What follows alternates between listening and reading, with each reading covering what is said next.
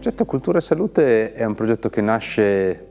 tra il 2019 e il 2020. Il quesito che ci eravamo posti era proprio quello, oltre alla funzione culturale che le arti hanno, che altra funzione potrebbero avere per essere rilevanti per la comunità?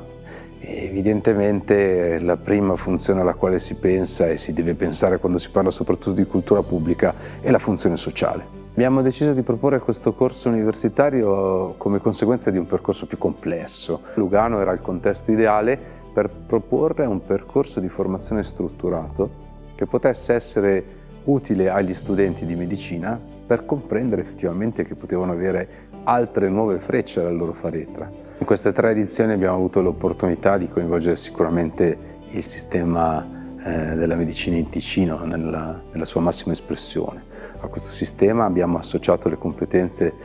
di grandi pensatori, però un corso come questo non può che farsi grazie anche alla collaborazione di chi l'arte la fa,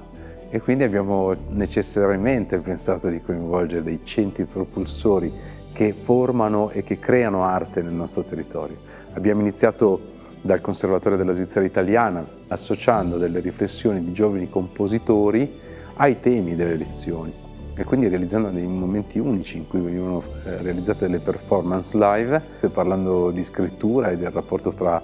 scrittura e salute, è entrato in campo il LAC che è un centro culturale complesso, ma soprattutto è anche un teatro, è anche un centro di competenza sulla prosa,